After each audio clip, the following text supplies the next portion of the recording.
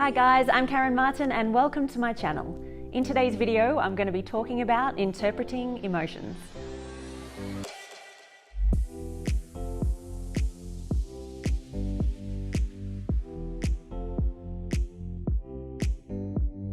Emotere is the Latin word for emotion, which means energy in motion.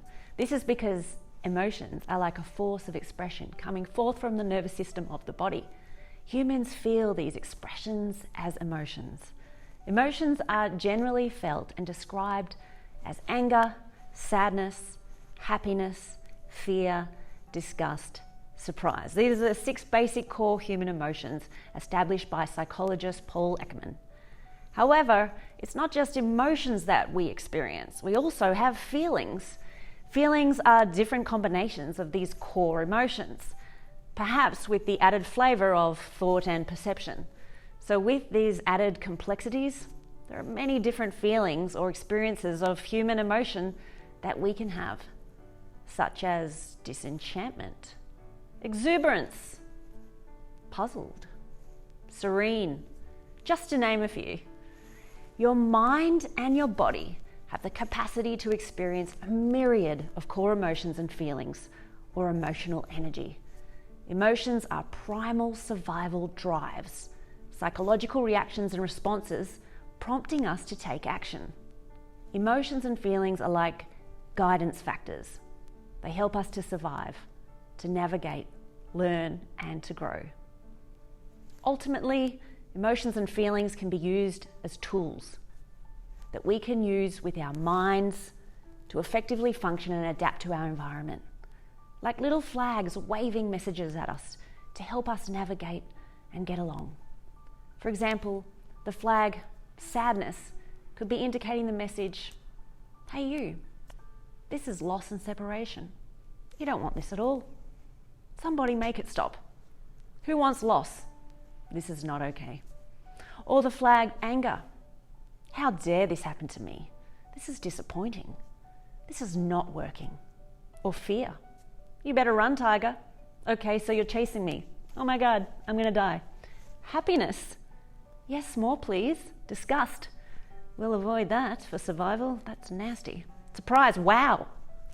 They are all designed to help us take action and survive. Emotion is energy in motion. So now what? Do we just lean back and let life trigger us into a complexity of emotional states? Yes, says all the advertisements and the societal manipulative strategies. But no, says your prefrontal cortex. That's your executive center. It makes conscious decisions and it uses reasoning. Because your evolution, your mission, your growth depends on making conscious, reasonable choices. These areas in the frontal lobes are activated when you're making considered decisions or by using objective reasoning. And this outer prefrontal cortex of the brain is also known as the newer brain. Okay, easy you might say. I'll just stop having emotions and I'll just carry on. Well, not so fast. Unless you are going to make a career move where you sit under a Bodhi tree from 9 till 5 Monday to Sunday. This emotional detachment method will likely not work. You can, however, reduce exposures to life stresses, and you can strengthen your practice in relaxation techniques and practice neutral perception and objective reasoning, helping your emotions to be less volatile. You can also steer away from emotionally triggering substances. Why should I, you might ask? Well, if you don't, you might end up with mental and physical blocks, charges, kinks, knots, addictions, debilitating triggers, and dis-ease in the body. Although emotions are like tools that can be managed, they cannot be avoided because they are feedback messages here to serve you. Even the sometimes so-called bad emotions need to be acknowledged, felt, processed, and released. Because emotions are like energy in motion. They pass through the mind and the body, and it's up to you and how you manage the physical energy, thoughts, and meaning that this energy in motion or emotional expression gives you. During busy, stressful times in life, emotions might be heightened. Needs and values may be missed, challenged, and not acknowledged. Different emotions can come about automatically or subconsciously in relationship to anything that we feel and perceive. So we have to engage in emotional maintenance, and that's required for successful living. By processing your emotions, naming them, expressing them, and ultimately letting them go is how you can work with your emotions. You can consciously process your emotions based on the following principles. A simple 3-step Be No Love overview of how to process and transmute emotions. Be present. Address and acknowledge your body and its feelings. Know your feelings. Label them. What are your core emotions? Understand your emotions by knowing your needs. Ask beneficial questions and engage in methods to express your emotional energy. And love. Generate empowering emotional states. Conscious emotional processing involves transmuting emotions, ultimately addressing them, expressing them, and letting them go. The addressing component is most important, and that involves being present and using your awareness and consciously acknowledging your feelings and emotions. And then physically expressing emotional energy can be done by consciously feeling and releasing the energy physically through different methods. You can gain emotional understanding through inquiry and asking questions, inspecting your feelings and finding the core emotions behind your feelings that can really add insight into how you may be feeling. It is most helpful to label your feelings and the core emotions behind them. It's also worth understanding your emotions through inquiry and having self-understanding of also of your needs and your values. And you can garner additional feedback by further inquiring around your emotions. And you can use inquiry to further help and navigate yourself amid emotional processing. It's a great opportunity to gain further information and insight about yourself, and also the reconditioning of emotion back to neutrality or back to positive emotional states. Emotionally charged energy can be maintained and transmuted by addressing and releasing feelings and emotions through conscious awareness, through this conscious understanding. Emotional energy can also be expressed by various methods to physically release them. Sometimes you just have to consciously acknowledge your feelings and then physically feel or express emotions for the emotional charge to shift. Empowering the mind is releasing old emotional energy and choosing a new, rational way of perceiving. Reconditioning your mind with a new and a better or a more empowered state of being, meaning or perspective. A clear mind, clear focus, and you'll be able to be more present. And there are many methods to express and release emotional energy and negative thought patterns, including body scan, meditation, physical exercise, emotional expression, expressing gratitude, creativity, journaling, inquiry methods, emotional freedom technique or EFT tapping, acupuncture, prayer, forgiveness, hypnosis, various therapies, sleep, mindfulness and meditation, and generally by the transformative power of love. And here are a few methods for processing emotions. And these methods allow you to express emotional energy. So the body scan method for emotional mindfulness involves using the breath as an anchor while you allow yourself to be more mindful and conscious of your emotions, including the sensations in your physical body. So you can take deep breaths and focus your attention on each part of your body. Scan your body from your toes to your head. Notice the sensations you feel in each part while breathing deep breaths. This will help train your mind to tune into your body's sensations, the feelings and the reactions that you physically have. So you want to relax each part of your body as you scan. And then some physical sensations may be providing feedback about present emotions and feelings that you can consciously now process. They may also be signals providing you with information about your present needs. Some physical sensations can be felt as guidance and even be described as a gut feeling, intuition, or a subtle, unexplainable warning or feeling of inspiration or physical enlivening. So it's great feedback. So by tuning into your body these subtle messages that it gives you, you can process your emotions with greater insight and have greater guidance. And then there's the physical release of emotions.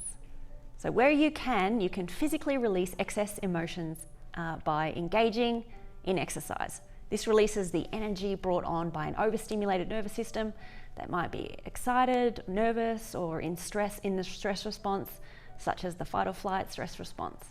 So exercising can help you regulate your physical processing of emotions along with simply breathing. And you can also express positive emotions through creative expression and doing your mission and your goals. Creative expression of these passionate emotions that you have involves creativity, inspiration, and endeavors that you love doing what you love, your heart's passions, experiencing gratitude and blissful emotions. By using your gifts and simply doing what you love, you help stimulate your own positive emotions and use the energy to express the emotions in a positive way and even help others. Being involved in creative pursuits can contribute to others through tangible forms or intangible forms. Like doing what you love contributes to others in a way that promotes more positive energy to those around you. And then it's important to interpret your emotions through inquiry and know your needs. The quality of life is based on the quality of the questions you ask. Anthony Robbins. So using inquiry methods, you can consciously be aware of unhelpful thought patterns and beliefs associated with emotions, and you can consciously release them. This can be done by consciously acknowledging the feelings rationally and objectively, and how unhelpful thought patterns are occurring in your mind and where they're originating from, or what emotions behind a situation that are occurring. What are these emotions that are coming up due to a situation?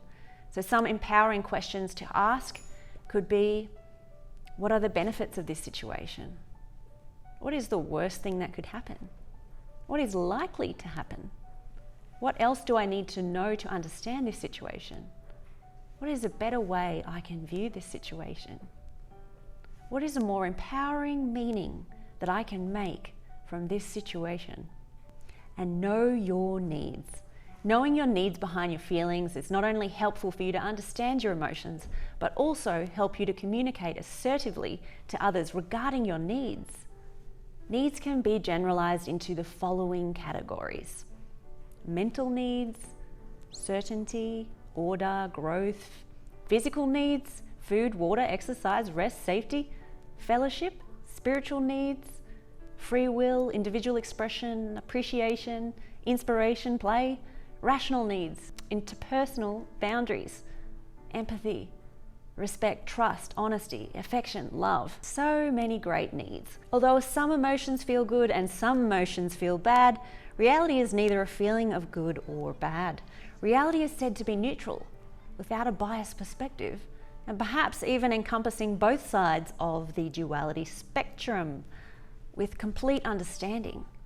Some call this the 0 point: oneness, enlightenment, peace, love. Mind-blowing, I know. Although we can experience a wide variety of emotions, they are important tools, and we do have the capacity to process and manage our emotions and change our emotional state. Periodically check in with your feelings and process your emotions using an emotional processing technique such as the body scan meditation, physical exercise, emotional expression, creativity, journaling, inquiry methods, prayer, forgiveness, hypnosis, various therapies, sleep, mindfulness, and meditation. And a really great thing to do is check in with your feelings and create an inquiry table like the one that I have shown here. And you can note this in your journal or a book and simply ask yourself questions shown in the table. Alternatively, you might like to use the free write and journal technique, where you just journal feelings and how you feel and your thoughts, and you just keep scripting all over the page until you start to get to the root of your feelings. And it's a really great self-reflection exercise. So you can see on this table, I have what is the root emotion that I am feeling. Then I have, why am I feeling this way? Or what is my need? And then there is, what am I grateful for about this? This is really a great reframe getting you into a more positive emotional state. And then finally, what can I positively focus my energy and attention on? So this is a really creative way to refocus your emotions onto something that you're perhaps grateful for, or something that you can refocus your mind on. You might want to learn something and reframe it to be, what can I learn from this? And so for this one here is a powerful one, because where energy flows, where attention goes, energy flows. So you want to then use your energy and your emotional energy in a more positive way, and how you're going to move forward from a situation.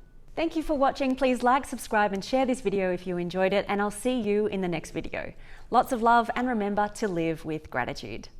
And check out the wonderful Whole Food Garden, the Health Food Adult Colouring In book, available in the link below.